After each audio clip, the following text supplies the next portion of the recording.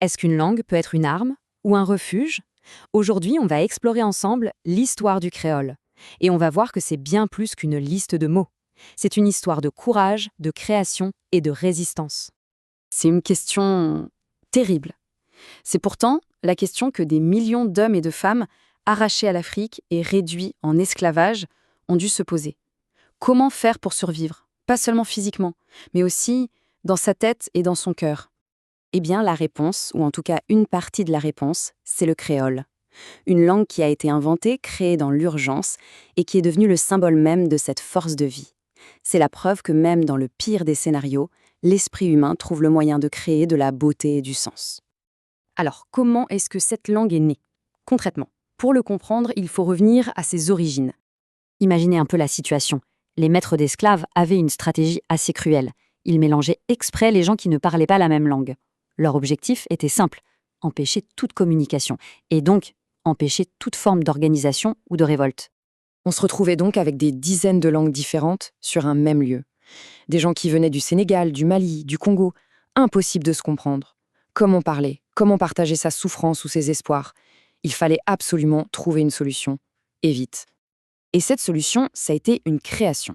Le créole est né de ce besoin vital de communiquer. Alors, attention, ce n'est pas du tout du français mal parlé, non, c'est un vrai système linguistique, complet, super ingénieux, comme un pont qui a été construit entre des mondes qui n'avaient rien en commun. Alors de quoi s'est fait le créole? C'est un mélange fascinant. La plupart des mots, environ 90%, viennent du français de l'époque des colons.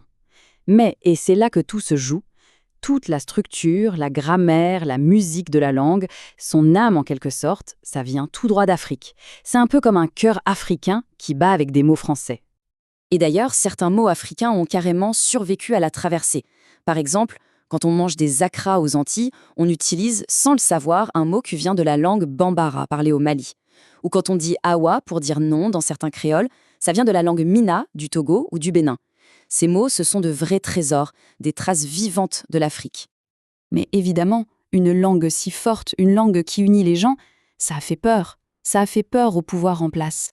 L'histoire du créole, c'est aussi l'histoire d'un long combat. Dès le début, avec le fameux Code noir, on a voulu l'étouffer. Et même bien après la fin de l'esclavage, ce mépris a continué.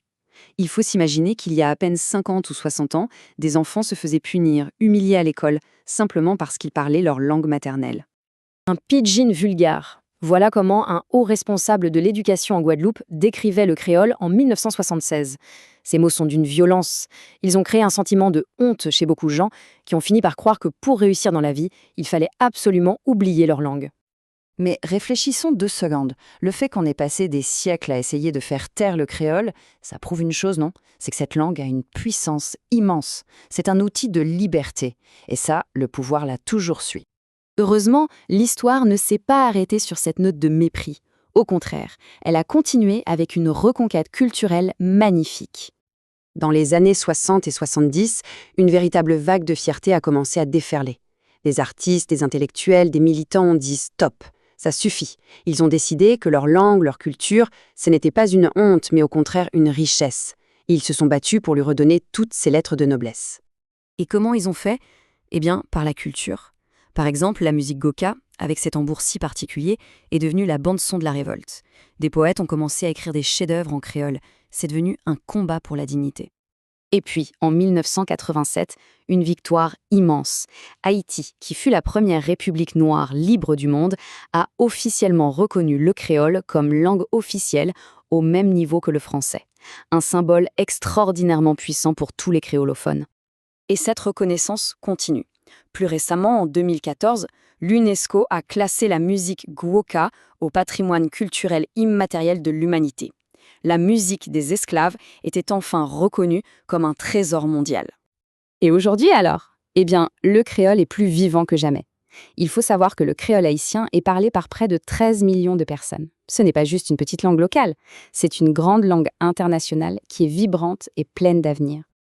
Bon, alors, qu'est-ce qu'on doit retenir de toute cette histoire? Quel est le message pour nous aujourd'hui?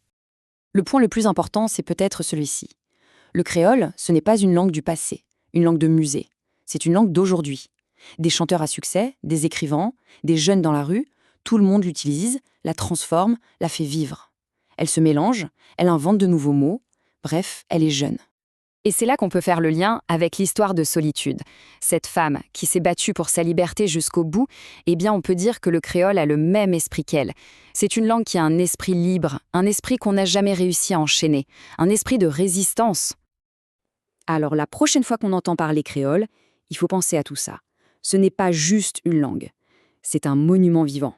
C'est la voix de millions d'ancêtres qui, à travers elle, nous disent qu'ils ont survécu, qu'ils ont créé et qu'au final, ils ont gagné. Et on termine sur cette question. Après tout ce qu'on vient de voir, comment le créole est né du chaos? Comment il a survécu à des siècles de mépris pour finalement s'épanouir? Qu'est-ce qu'on en pense? Est-ce que ça ne nous montre pas la force incroyable de la culture et de l'esprit humain? La discussion est ouverte.